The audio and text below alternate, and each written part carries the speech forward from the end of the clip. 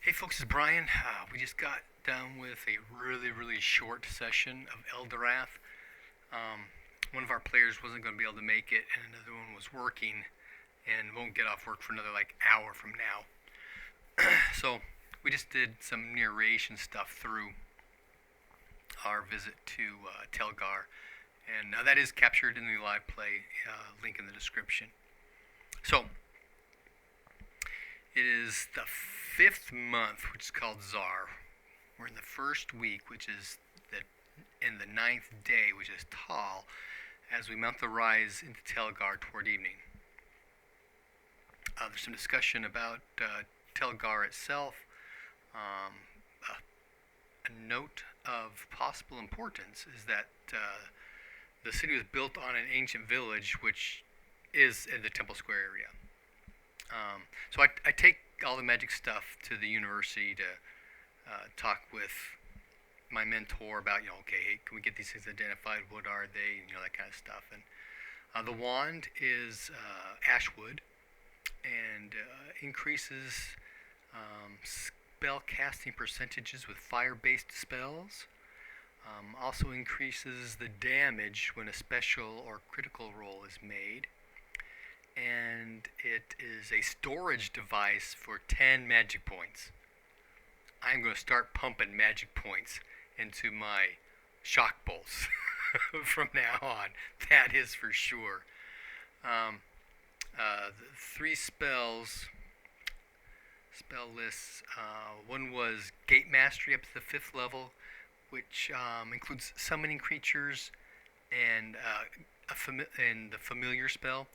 Although looking through it, the way it's written up, the only thing that a wizard gets from a familiar is being able to use its senses within it when it's within a certain range. So I'm not quite so stoked about it, although it was on my list of things to study and try and get my hands on later.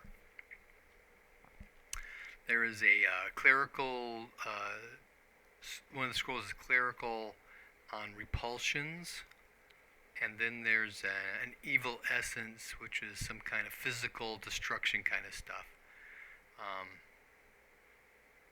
My mentor is able to get us essentially duplicates, a modern version of the Gate Mastery, the 5th level, and repulsions to 5th level. That's not an issue here within the university, and they'll take care of that evil essence one. So that took care of what I needed. Raymond went to the church to explain stuff that was going on there. And in both places we got the why are you here not back at Hamlet doing what you need to be doing to protect people there story. So we did do some more discussion with my mentor. We found out a lot of interesting things.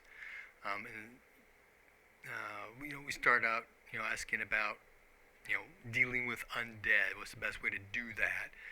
And she talks about, impaling weapons and slash weapons aren't all that great. You want to use a crushing weapon. A nice club or a staff will be best in dealing with most undead.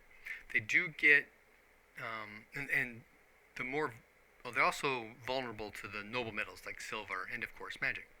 These vulnerabilities remain even with the stronger versions of undead, although they are probably more resistant to that kind of thing.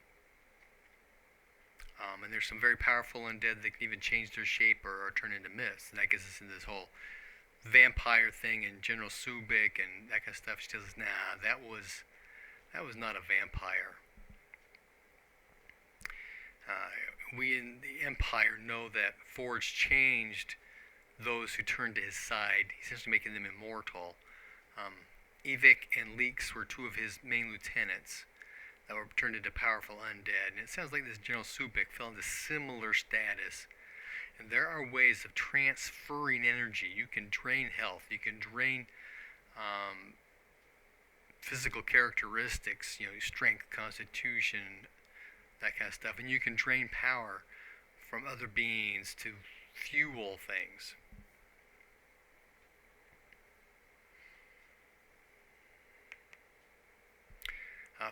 Forge's creations are generally pretty powerful, especially those who had to be bound.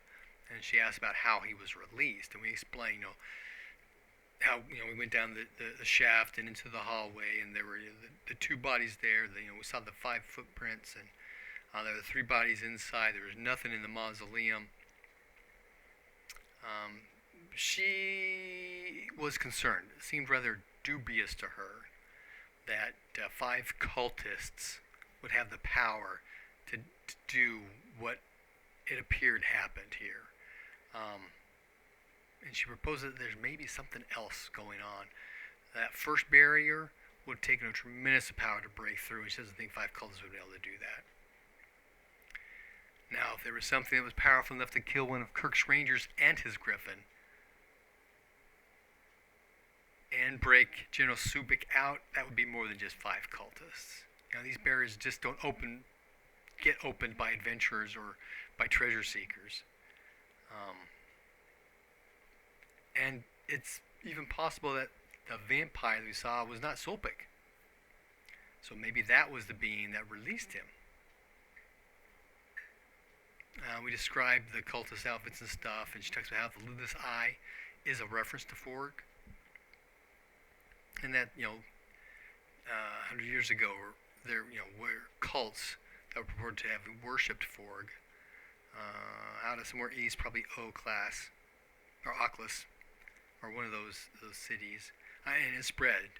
And in the conflict to the east, where that castle in the swamp fell, that was all part of these Forg worshippers. And if there's a new rise of this cult, that is disturbing. And she asked about the priest in Hamlet. Well, he was murdered. Well, what about the high priest? That's right. He is overdue. We don't know what happened to him. So again, other things going on. So I catch up with friends, and I take Raymond to the Flaming Sands, and we sell the Hauberks. It's pretty much all that happened. We took up a couple of days. We returned to Hamlet. Nothing happened on the way. That's 4 more days gone. So we will start our next session of week 2 of Tsar, day 7, which is Saul? Because we arrive on Quain, which is day 6. Happy gaming.